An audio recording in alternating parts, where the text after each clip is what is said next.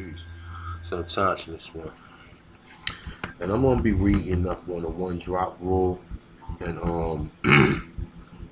the 1924 Racial Integrity Act. Alright, so what I'm gonna do is this. I'm gonna let you know that there was so-called Aborigines that was enslaved from the time they came, and actually they was not enslaved; they was indentured servants. The slavery did not occur the slavery occurred from. All right, let me just make sure I get this correct. All right. If you chose to work for the European, you was an indentured servant. Okay, even if you was indigenous to the land. Alright, I'm going to make another video on that, and I'll explain that in a whole nother video. Alright, but in this video, I'm going to explain that you had so-called Aborigines from the time they got here, okay, that was enslaved. And that after you figure, like, if they was enslaved or they was indentured servants or whatever, right, and then they was reclassified eventually as Negroes, then how many so-called people in Virginia that's classified color is really indigenous or really Aborigines? Now he got a bunch of different mixtures, whether you are, they want to call you mulatto, melungeons, all these different, but really just think of it like this, okay? They telling you that they only found 3 people here. Alright, if you want to include the Europeans as people who came here eventually, we can include them. But they saying that they had so-called Aborigines. Now they tell you these different Aborigine tribes. Some of them was dark, but for the majority, they was all Mongoloid. Okay, but when you look in these tribes, all you see is Europeans. So now you ask yourself, all right. And when you look in these tribes, you see people who you can identify as black. You see people you can identify as a mix between white and black. Then you see people you can identify as white. Now, your question that you should be asking is, which one of these people in these tribes are the real Indian? Because if you want to, you ask the black person, they're gonna say, well, they mixed in through slavery. If you ask the mixed person, then a lot of people in our family who we consider to be these Indians look like these mixed people. Look like they mix between white and black. And then the Aborigines is classified as Africans. Okay, so we're going to deal with this, man. I'm just going to show you that. And if they had slaves in the 1600s, what happened to them? Or indigent servants, or whatever you want to call it. What happened to these people now? Okay, and even after Walter Pleckett classified, they was classifying them way before that. So let's deal with this, man. All right. So as I mentioned, this is Encyclopedia Virginia. It's a Indian enslavement in Virginia. It's an Indian were enslaved in Virginia by settlers and traders for shortly after the founding of Jamestown. Now remember that. Remember, it say for shortly after the founding of Jamestown to the end of the 18th century.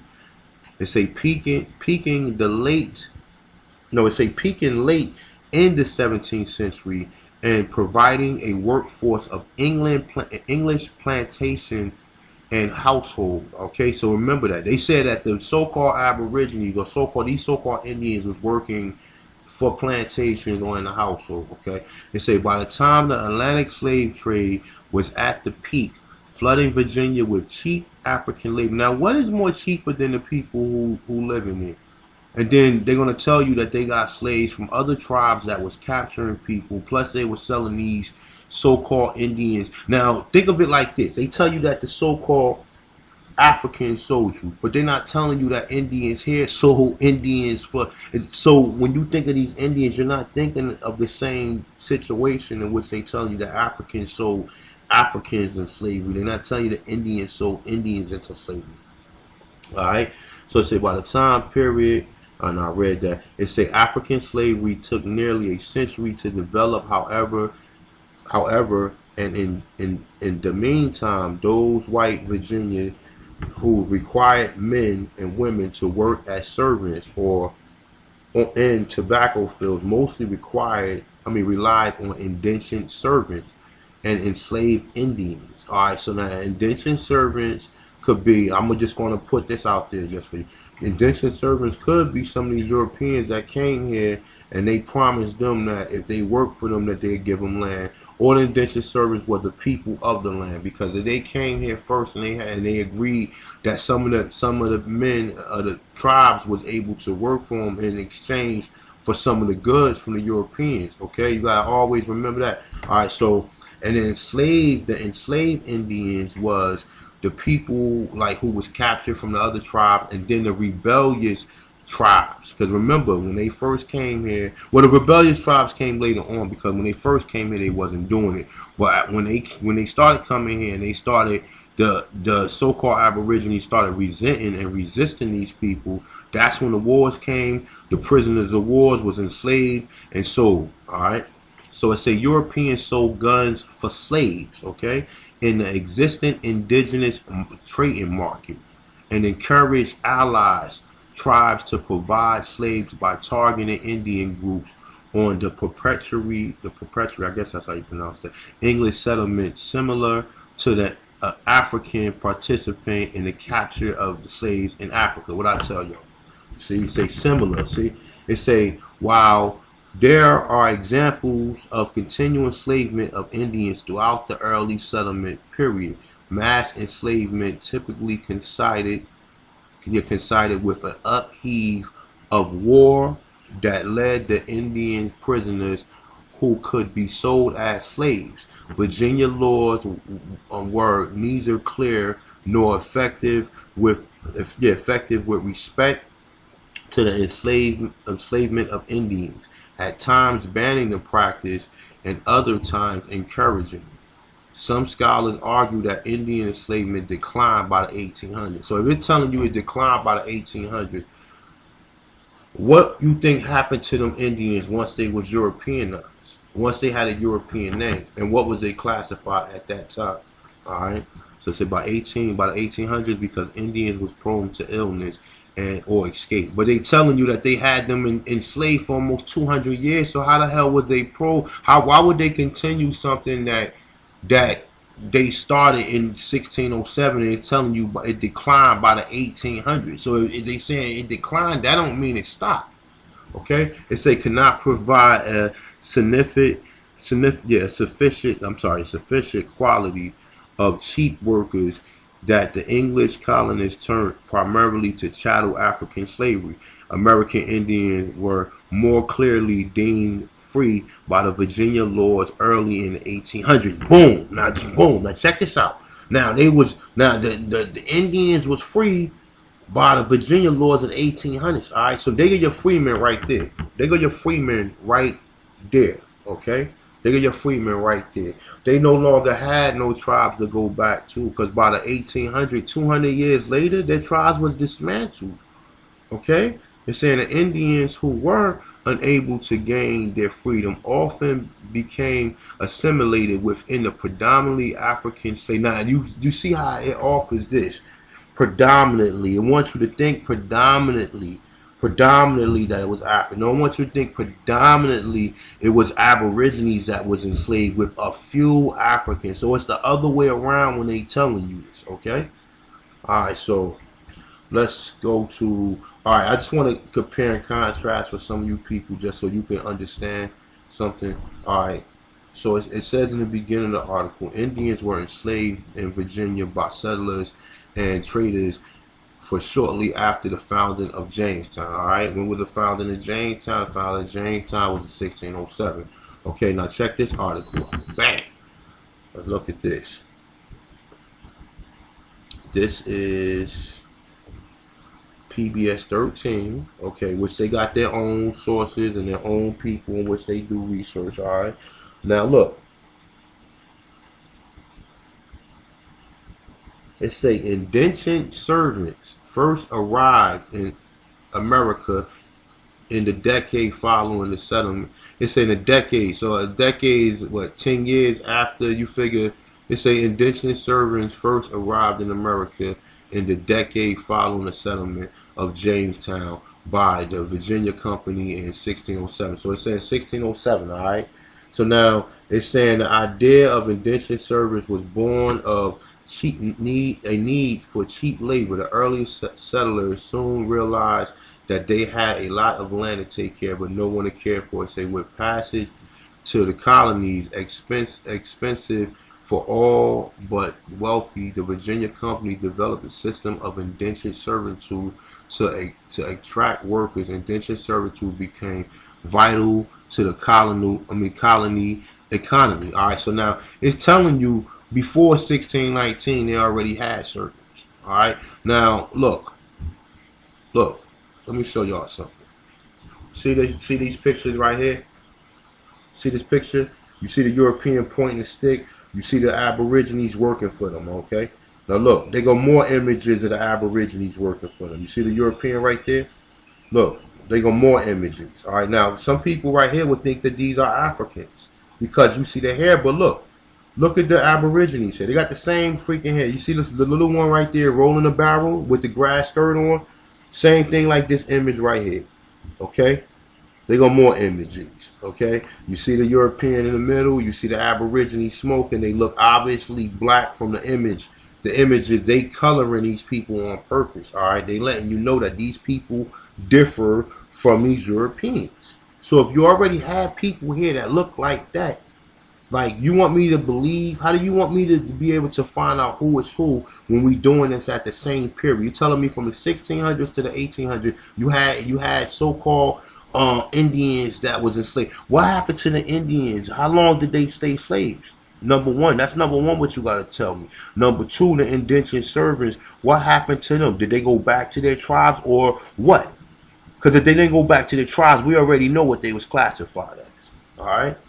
So it's just to show you how they be confusing you, because they didn't tell you that in 1607 they had indentured servants, but we know who the indentured servants was. They was the Aborigines of that land.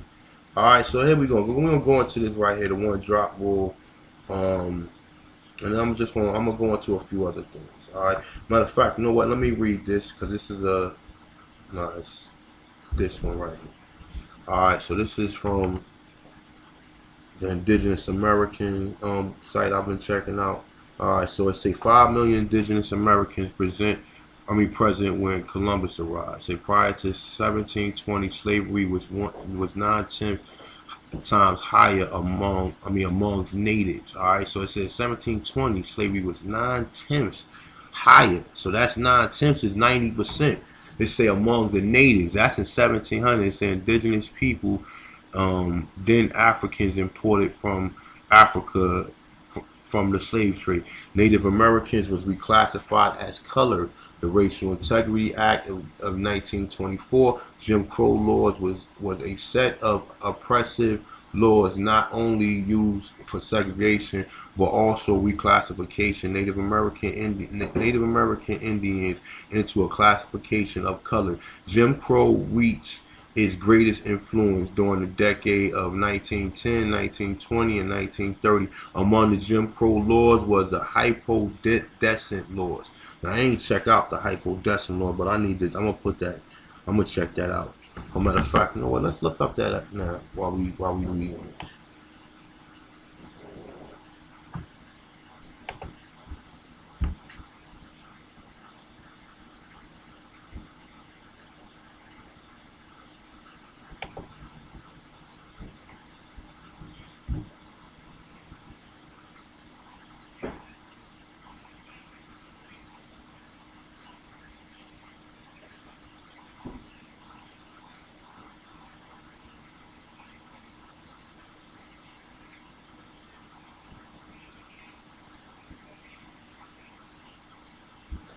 Here we go. Let's say these systems may not be mutual executive with hypo and hyperdescent.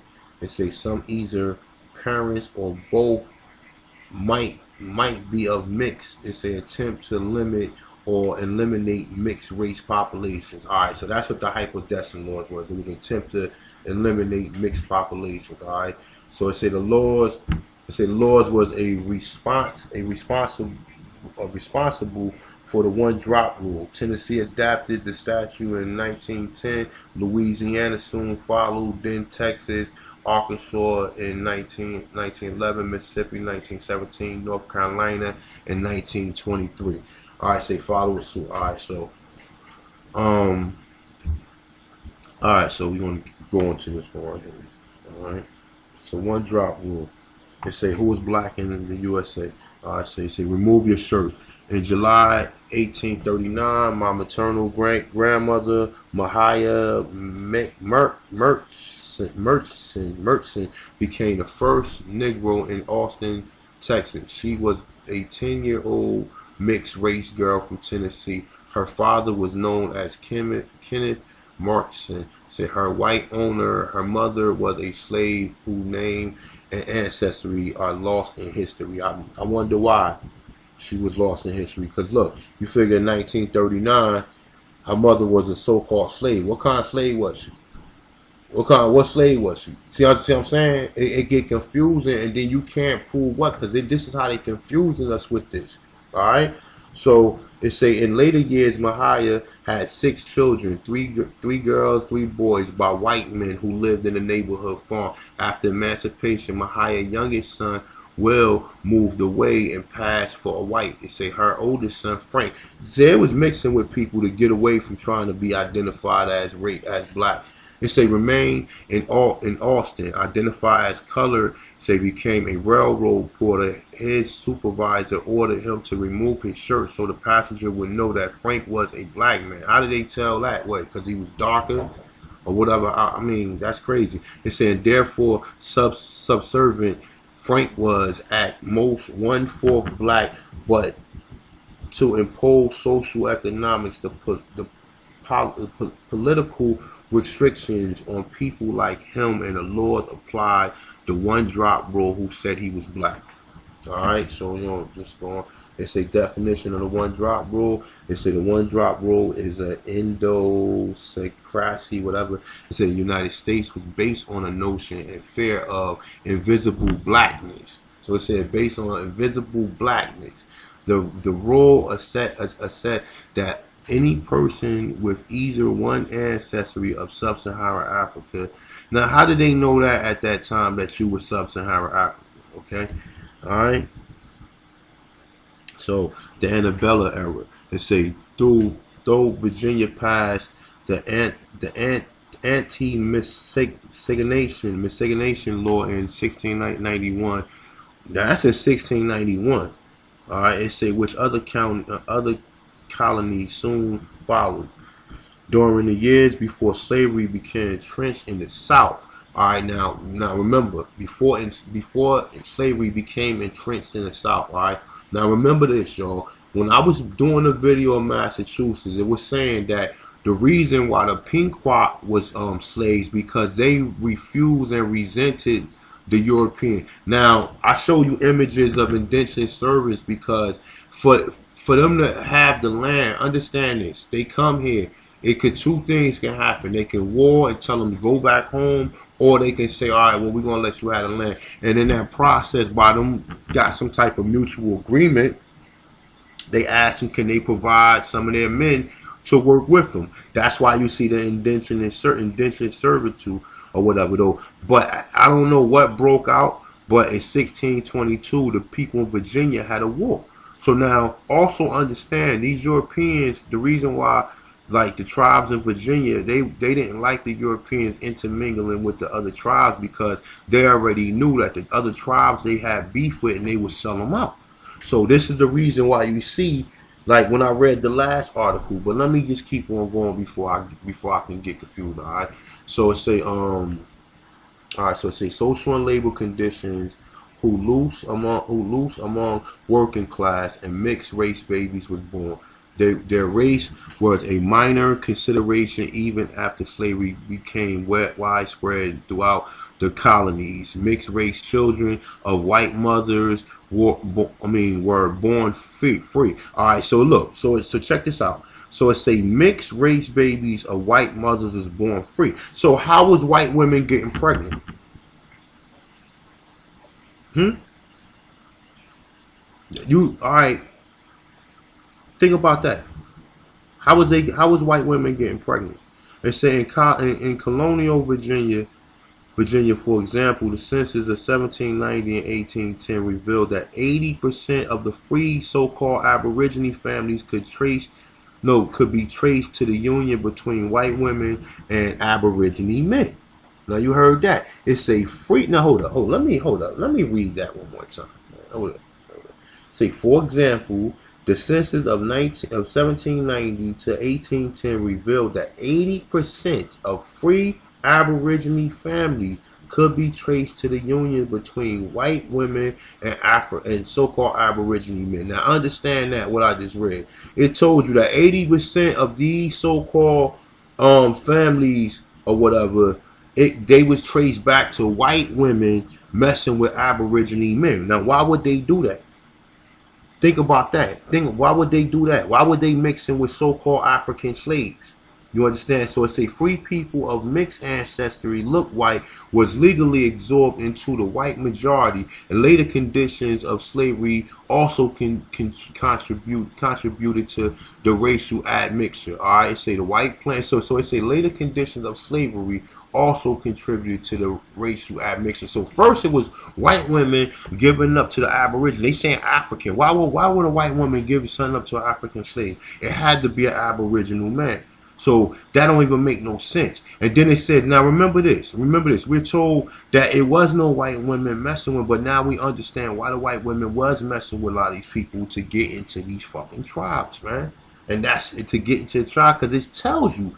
It said by 80% of free Aborigine. Now think about, how do these people get free? And if we walk our way all the way back to the 1600s, at some point in time, these people, these Aborigines, indentured servants, they took on the ways of the European. So they gave up their Indian. They gave up being a so-called Aborigines. And what you think they was classified at that point in time? And you say, when we say free men, we looking at these, free African. No. Them was free people who joined the European colonists. All right. So let me see. So all right. So it's a free people of mixed ancestry, look white, was legally absorbed into the white majority. They say the later conditions of slavery also contributed to race admixture. White planters, their sons overseers.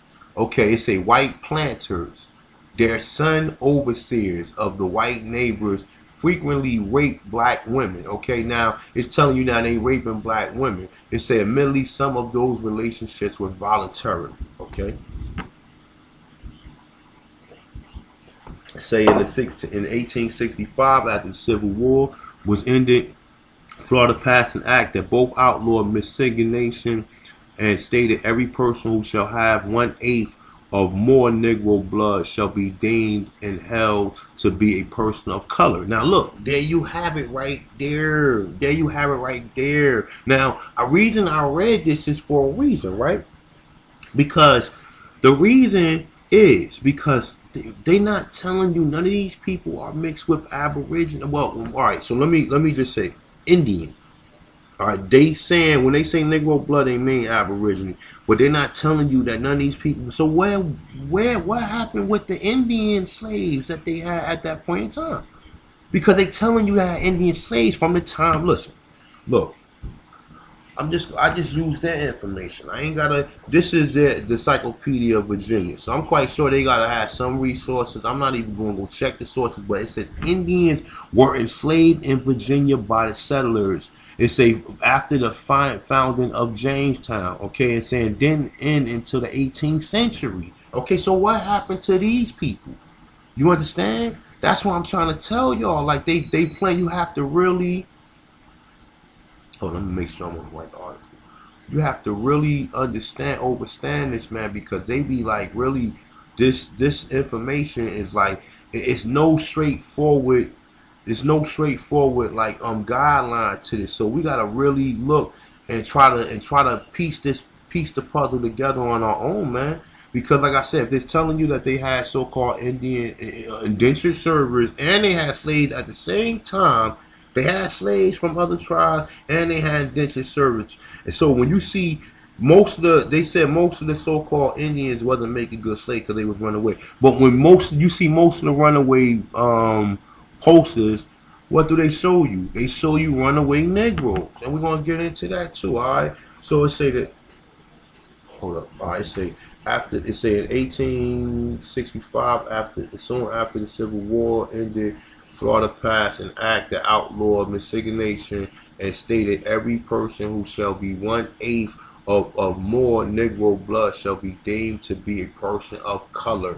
Okay, say following Reconstruction to assure white supremacy in the part of excluding black citizens from politics and voting, states throughout the South imposed racial segregation and Jim Crow laws. All right, and say the 20th century Jim Crow laws defined as black anyone with any black ancestry. In 1910, Tennessee adopted the one-drop statute with the ensuring 21 years in chronological order. Louisiana, Texas, Arkansas, Mississippi, North Carolina, Virginia, Alabama, Georgia, Oklahoma follow. So them are all states right there where Negroes is at. All right. They say during this period, the slave states Florida, Kentucky, Maryland, and Missouri, and the free states India and Nebraska and North Dakota and Utah.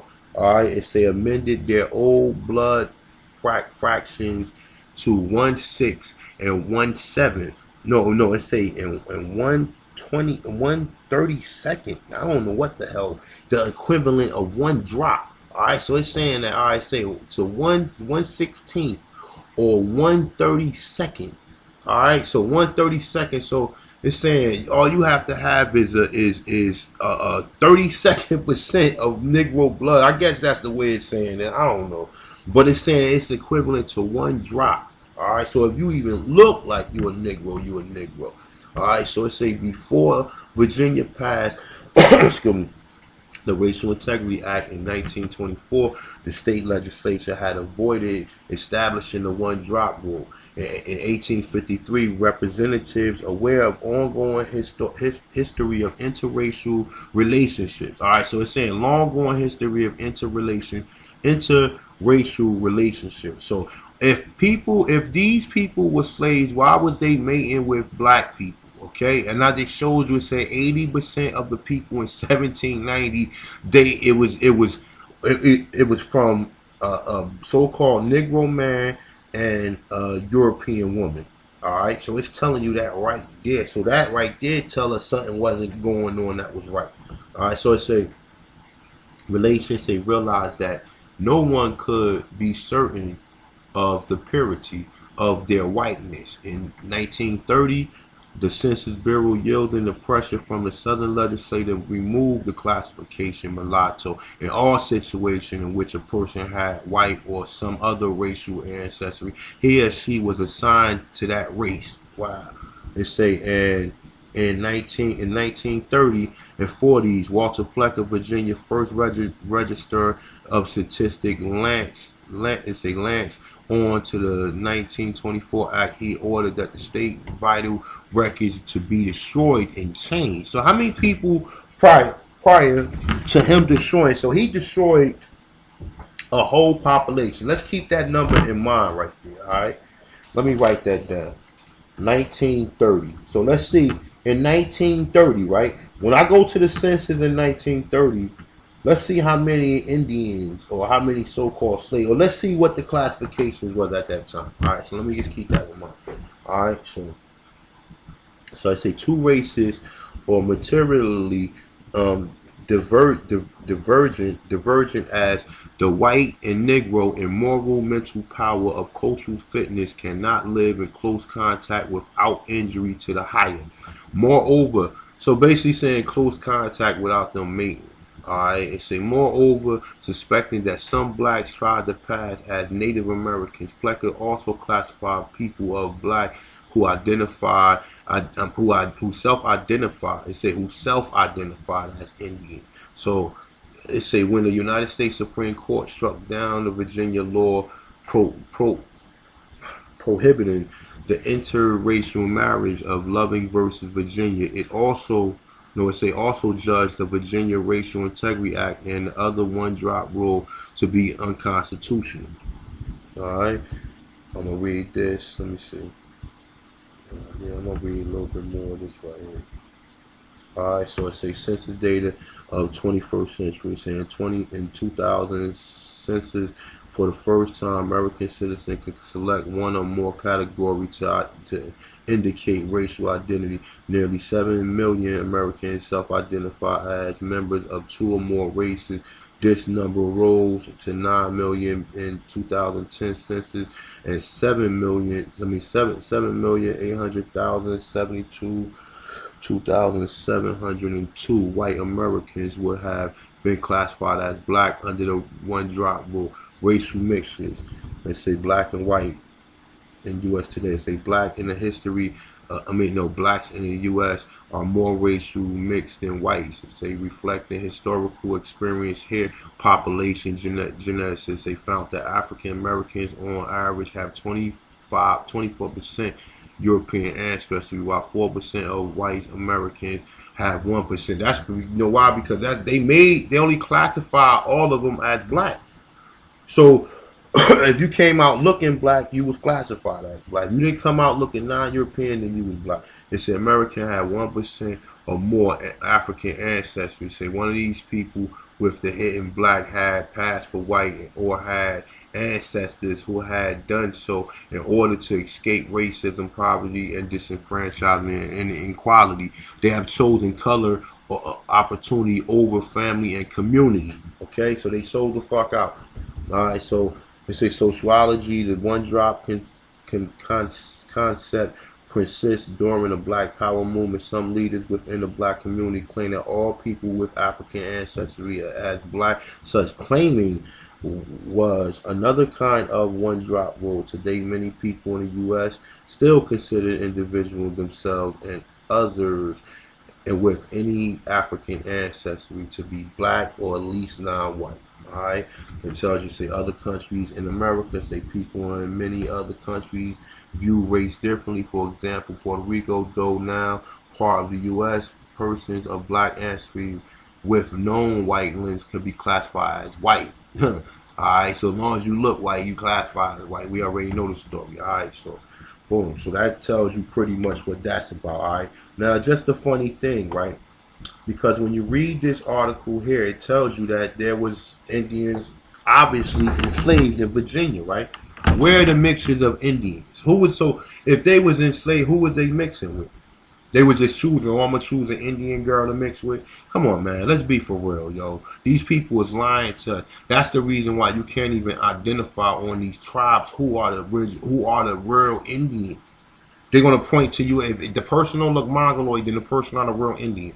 Or whatever, and they're going to try to say that, oh, well, the Europeans mixed with the Mongoloid, that's what made these mixtures of people. No, that's a lie.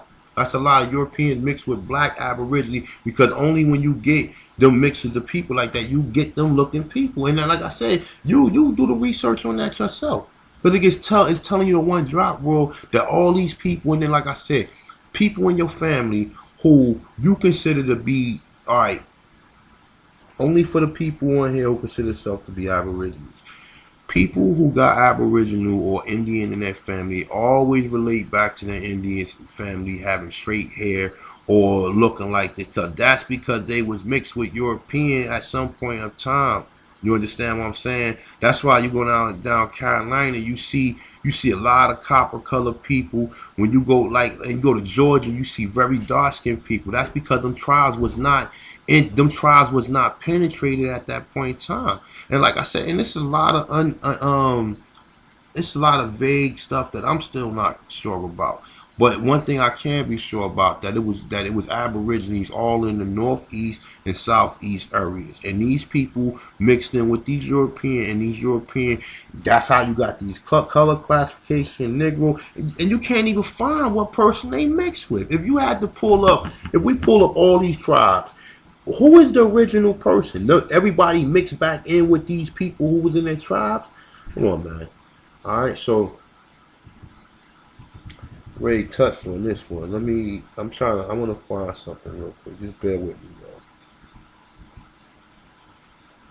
y'all. All right, so I'm gonna read a little bit of it. It's an early form of slavery during the settlement.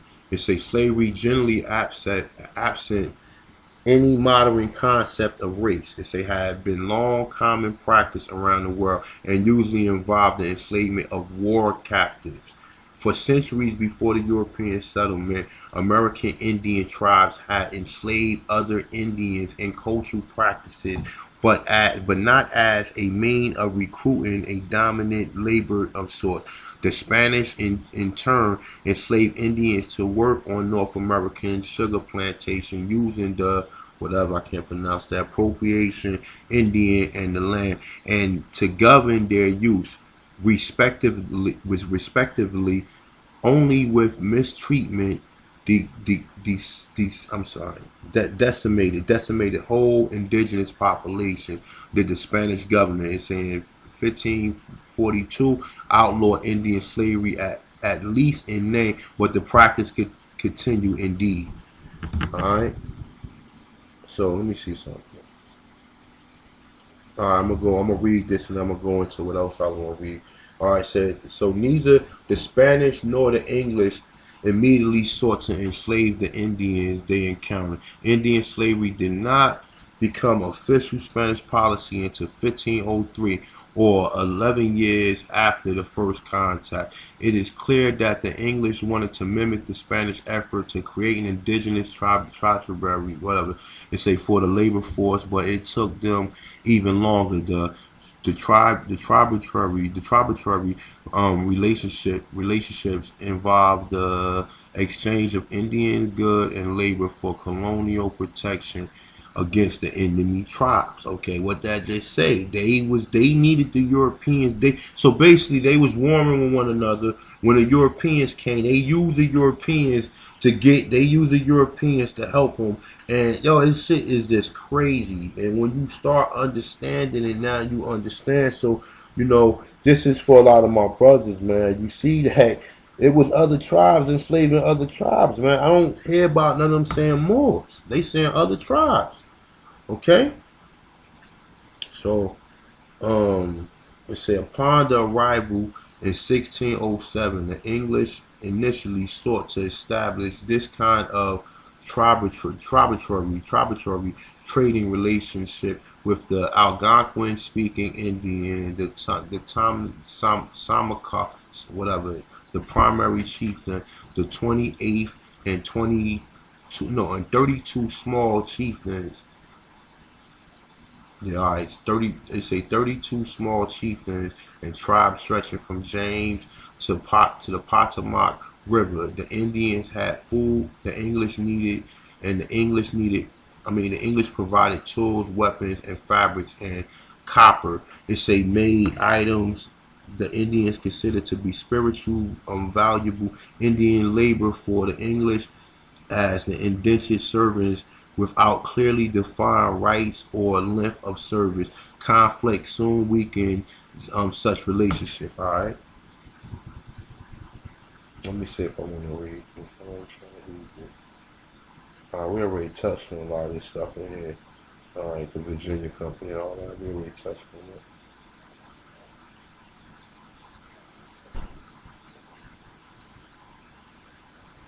that. All right, let me see something.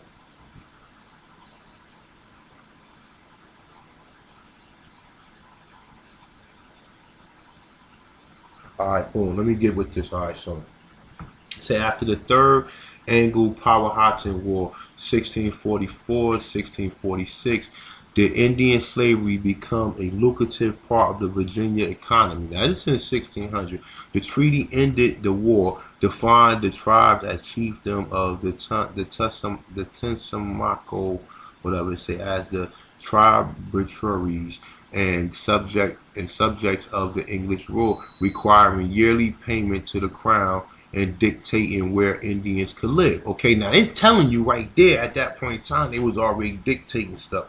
It say live, hunt, and trade to coerce Indians to comply with the treaty.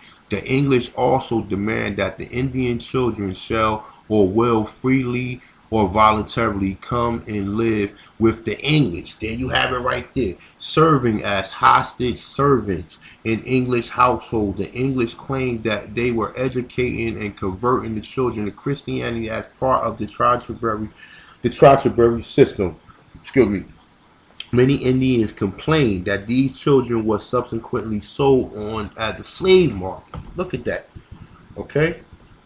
They say by 1649, the enslavement of children in the English household and stealing of Indian children for the slave market was common, that the General Assembly enacted 2 laws and stipulation that no Tracheberry children could be sold as slaves. The other, that they could not be kept in the household after the age of 25. The Assembly passed a similar I'm sorry, y'all. I'm sorry, I can't get it out. When I be reading a lot like that, some words I get stuck on.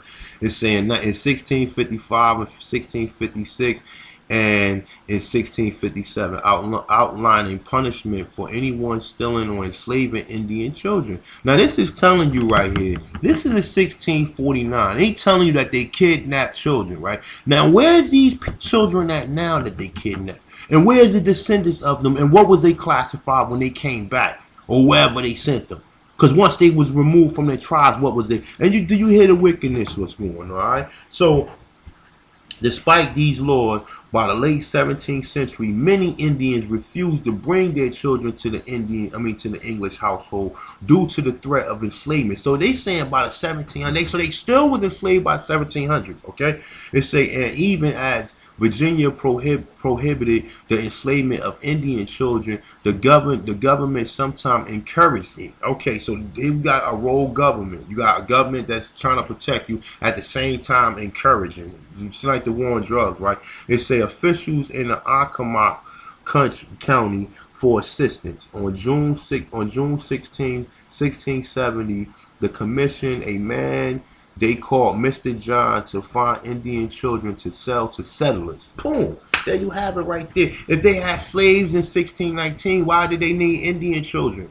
Think about this, y'all. Just think about this, okay? If they was bringing, look, they told you if they was bringing people here in 1619, which both these articles, none of them mentioned that they brought Africans here at this same time. They tell you 1619, the first African slaves was born. So if they was bringing African slaves, why was they needing Indian children? Okay?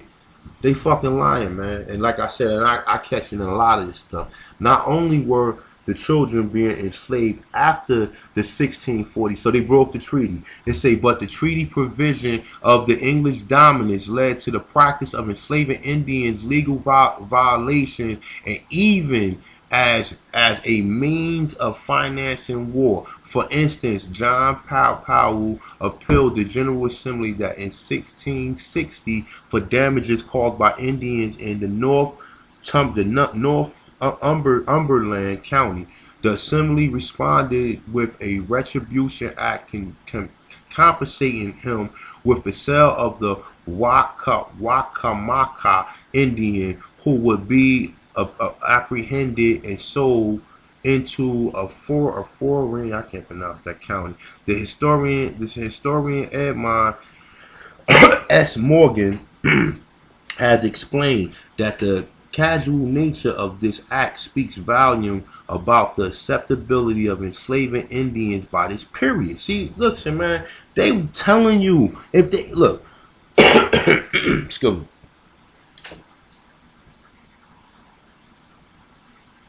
They telling you how in 1619 they brought the first slaves here, and they telling you that they continue that until the Emancipation Proclamation of 1864. But they're telling you that they was encouraging so-called Aborigines to be sold as slavery.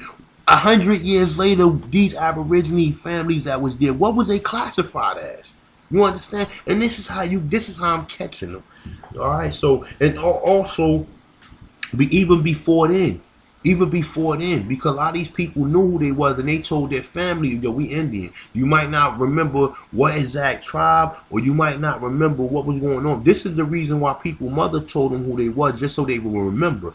So say similarities in 1600s, in 1666, 666, it say Governor Sir William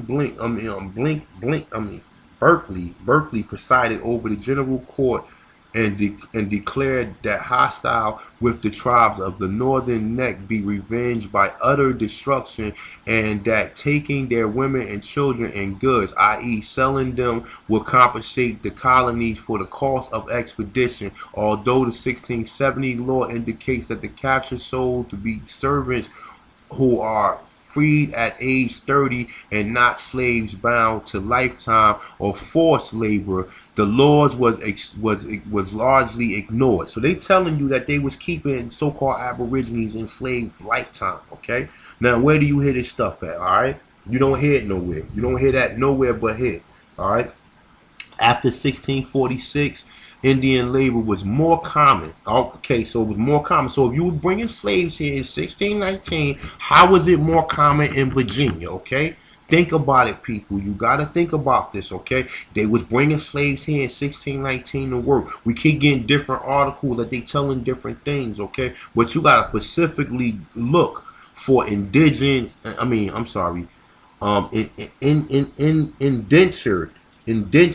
Indians.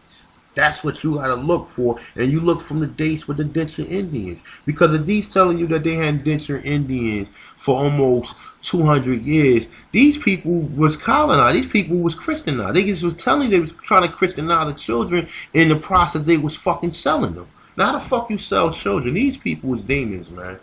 All right. After 1646, the Indian labor was more common in many forms, from child hostage to indentured servant and to slaves. All right, these enslaved Indians worked in the field as house servants. Come on, man. Oh, man, come on, man. Interpreters, hunters, and guides. English colonies prefer enslavement Indian women and children as domestic laborers rather than African or white laborers, because they were considered easier to train and control. Indians were not. Now, hold up. Let me read that one more time. It say English colonists preferred enslaved Indian women and children as domestic laborers rather than Africans. Or now, who the fuck do you see in the house? Who's the house nigga? Huh? Who's the house nigga? Okay, now they telling you, white man, listen, you ain't gonna get this nowhere else, man. I mean, you ain't gonna get this nowhere else. I'm gonna put the article along with the other information. This is how you're gonna prove to people right here. Okay? Now, let's go back over this. It said the English colonists preferred enslaved Indian women and children as domestic laborers rather than Africans or white laborers because they were considered easier to train and control. Indian men were perceived to pose a greater risk or whatever it say, an escape, and so they were often profitable sold to American buyers as far as away as New England. Okay, so it's telling you that they would send the people in New England. So if they send a tribal person from New England, what happened to that person after he forgot where his tribe was? All right, just remember that.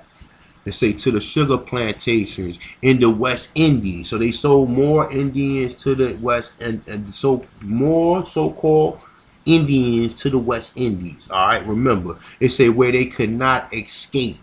The historian Everett has argued that when these internal markets became available, financial incentives overtook vengeance, with the primary driver of Indian enslavement. When the English colonists began to participate in existing Indian trade that involved slaves and guns, Indian shipment briefly became an important part of colonial economy. Now look, Now you telling me if they was shipping, they was already shipping these people around, and they admitting it right here. Now with the other article that I put up, now you know they was already sending people to Europe, and if they claim that they was bringing people from Africa, you think they weren't sending people to Africa? Come on, man.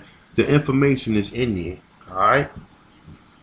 So I'm gonna read this and then I'm gonna just show y'all the censored list and then we out of here, alright? So it say trading guns for slaves. It say by the middle of the 17th century, labor intensive tobacco dominated the Virginia economy, requiring large and steady workforce. In addition to most white indentures serving African slave, English colonists relied on enslaved Indians. They were purchased often from other Indians who captured their enemies and traded them to the English dealers, for English guns. They say once some tribes begin to be well informed for the gun trade, others were often compelled to enter the market. If they did not arm themselves with European weapons and enslave the other Indians, they would themselves become a target of slavery. As the English increasingly wanted to trade for slaves, the Indian increasingly wanted to trade for guns, and the market focused more on slaves while also becoming more violent. Okay, so it's telling you if they had so many Africans come in here, then why was they selling Indian slaves? Why was they trying to get Indian slaves, man? You look, people, you scholars out there, you've been deceived, man, and you gotta admit it. These people hide this information right here, man. So let me keep it moving. So it says several Indian tribes became prominent slavers in Virginia, including the whatever tribe. It said originally from the area of Lake Erie in New York. It said the tribe had been displaced by the Iroquois during the Beaver War. It said a series of Indians conflict. Now I need to look up the Beaver War because I want to need to know what tribes was in that area. I need to write them names down, okay? All right, so the Beaver War says series of Indian conflicts during the mid 1600s. It say in 1656, the whatever tribe Indians abandoned their settlement in New York and moved south, seeking trade at the falls of the James River in the Henrico County. After settling in Virginia and became known as the Westo, they became fair raiders. Initially, Colonel Edward Hill was charged by the General Assembly with non-violence, removing the Westo Indians from the region. However, Hill's militia, it say aided the Pamunkey and the Chickahominy forces fought the Westo at the Battle of the Bloody Run in 1656 in Richmond, which resulted in the death of the Tonopah, whatever they say, the chief of the Pumpkin. Said the assembly subsequently suspended Hill and would charge him with paying for agreement for peace with the tribe. They say the Westo then secure arrangements with English traders to barter, say guns for slaves. Say the colony was less concerned with forcing the Westo Indians to the tributary, say statue, and more interested in profitable trade. Alright, man. I mean, it's a lot to read, man, but like I said, man, I just pretty much just gave you the thick of it right there.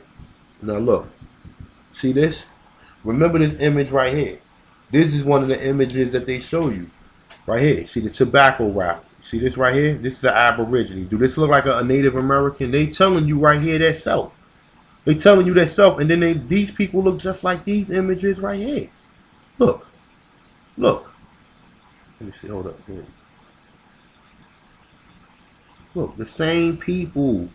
Look. It's showing you this brother got an afro right here. Okay, this is a Negro. All right, let me read it. All right, it's a decline of the Indian slave. And say by the late 17th century. Now, what they doing is playing with the time, because at time they telling you they lasted to the 1800s. Then it was prevalent early in the 1700s. Then this and that and the third. So it's saying by the late 17th century, African slaves was overwhelmingly in the colonial market. Now, since I read this, did it mention that they bought any African slaves, since they was already trying to get Indians? They was buying Indians for guns and trading them and capturing from war. So at what time did they need African slaves, when they were so much hounding these so-called tribes to give them Indians?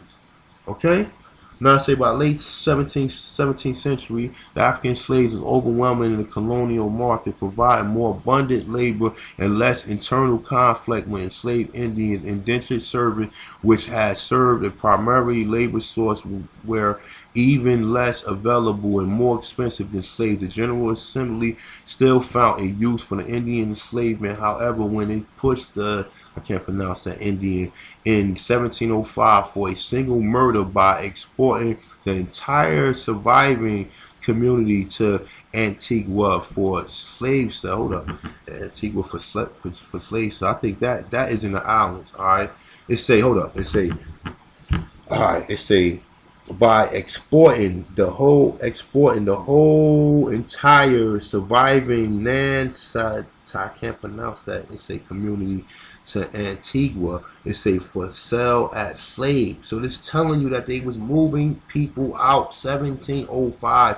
It say the same. No, it say this was the same year that the Assembly passed a comprehensive slave code, solidifying the shift of colonial economy from one base to the indentured servitude to slave labor system remained until the American Civil War of 1861-1865 declared all slave African Indian real estate and slave laborers became dehumanized under the law, ushering the Southern economical system that protected the rights of white planters and viewed enslaved labor as property to be exploited. Okay.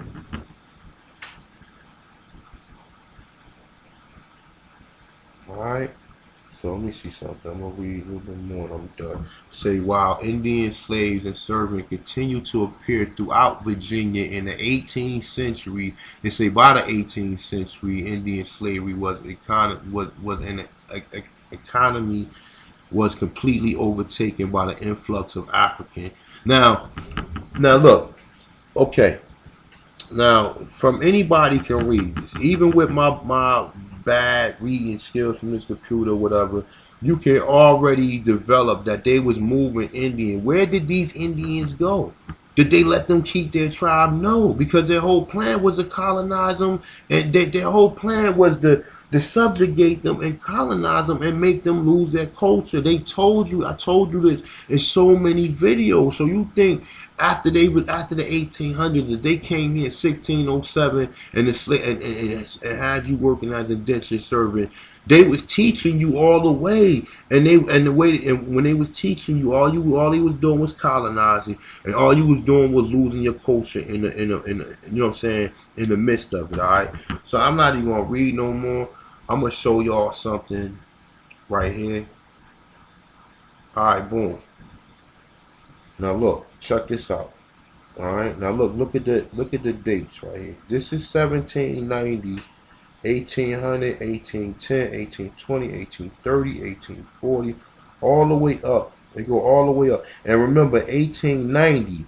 Now look, it says it don't have nothing. It don't have no statistics or data for 1890. Because remember, 1890 is when they burnt the records. Okay, they burnt the records in 1890, and then they try to restart it in the 1900s. All right.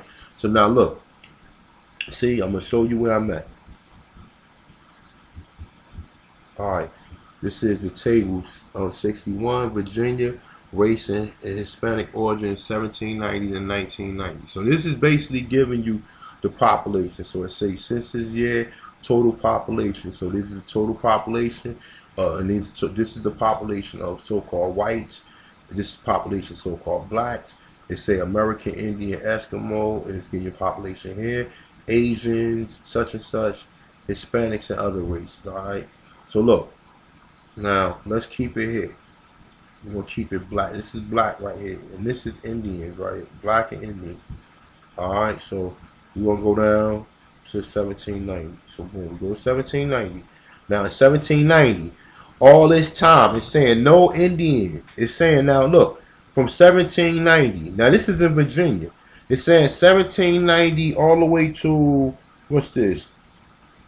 1850s. It's telling you there ain't no Indians there. No Indians all that time. Then you start seeing some pop up in 94, 200. You see now it's only 85 in the state right here. Now it's 309, and the number, you see the numbers going up. But what do you see here? You see black. You see total black. Okay, this is total black all together right here. All right. As you see, it's right here. This is black people too. All right. So you see free black people. Boom. This is all the free black people from 1790 to 1860. Okay, and here go all your slaves from 1790 to 1860. So as you see, the slaves as well in the 100,000s for all I figured for all 8 years. Well, shit, I'm sorry, not all 8 years. For I guess all of them decades. For all these decades, this is how many so-called slaves they had. Now, if they telling you that they still had slaves up to the 1800s, how many of these slaves are so-called Aborigines? If not all of them. Okay? And how many of these slaves are so-called Africans? If they told you they had so many Indian slaves from the time that they tell you right here, look, even this tells you right here. It says the indentured servant was first arrived in America in the decade following the settlement of Jamestown by the Virginia Company in 1607. This one tells you as well right here too. Let me see something. I don't want to read something. This one tell you too. It say Indians were enslaved in Virginia by settler traders for shortly after the founding of Jamestown. So it's telling you right there. So they telling you that they enslaved, they had Indians as slaves, and they brought Africans over here too. But when we read right here, all we see is black so-called slaves. Now, and they're telling you that they had slaves up until the 1800s, man. So if they had so-called slaves up to the 80s, it's telling you right here. But then it throws you off by telling you, it throws you off by confusing you by saying predominantly African slaves, okay? Now, if in the 1800s, where are these Indians at? It ain't even no Indians in Virginia in the 1790 all the way up to the 1850. There's no Indians. Remember, this is the Indian. That's the Indian. Look, American Indian right here. Boom. They go. You got white, black. White is in the first column. Black is the second column. Indian is in the third column. Okay, and Asian or Pacific Islanders. All right. So boom. So we go back down right here. Boom. There's no Indians in the whole state of Virginia from 1790 to 18 because the Indians are here. They're here. These people are classified. These people was colonizing your children, man. You was giving your children up to them, and they was selling your children while you thought your children was being colonized and being taught by them. These bastards was selling your children for money. Like, how wicked is that? How you gonna sell another? And this is what go on now. This is what go on now. This is the same shit going on now. So look, man, I'm gonna cut this video short, man. But y'all, hopefully, man, y'all enjoyed this video. You do some research off it. I'm gonna put these links. I'm gonna put the links in the description. I'm gonna make sure I put the links in the description too.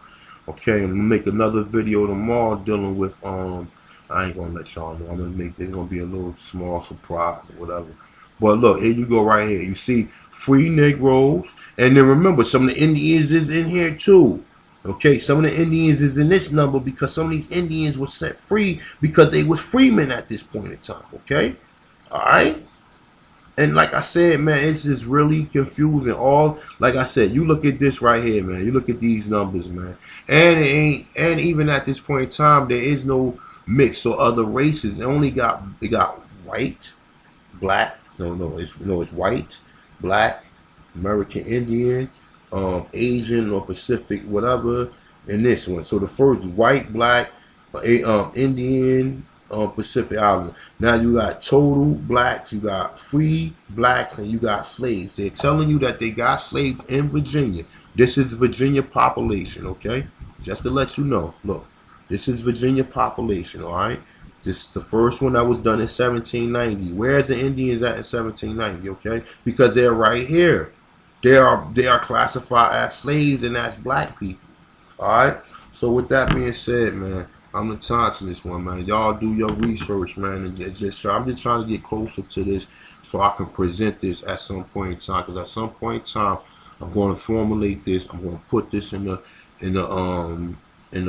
PowerPoint presentation, and I'm gonna break it down. I'm gonna have different series just to explain it to the people. Because I understand it now. I understand it. You understand? Like I said, what people can't do is this. See, people don't know because they don't understand these pictures right here. You understand? Look, you don't understand this. You see the white guy right there with these so-called Indians that look black? Look, but people think they slaves. People think these are slaves right here. These are indentured servants, okay? And if you learn anything from what I just said, you will understand what these pictures are about. And then, like I said, and even when you go back up to this right here, hold up, it's this one right here. Even when you go back up to, where was that? This one? No, it wasn't that. It was this one. Even when you go back down right here, they showing you right here. This guy right here. This don't look like no damn Indian. And he got the same thing on that these people got on. Look, you got the same thing on. Look, you got the same thing on. Okay, don't be foolish, people. You gotta be able to look at these people and tell. That's why I'm telling you, have to look at the people in the tribes, man, and understand where we're going with this. Because you got 3 people in tribe. You got identified black people. Then you got some like mixed looking people. Then you got white people. All right, and like I said, the mixed looking people is colored people all through all these different spectrums. Because this is what people, like I said, this is what people think. And you let your hair grow and you put oil in it. Then you's an Indian. So like I said, man. With that being said, man, hopefully y'all learned something out of this one, man. Peace. I'm out. Have a good one.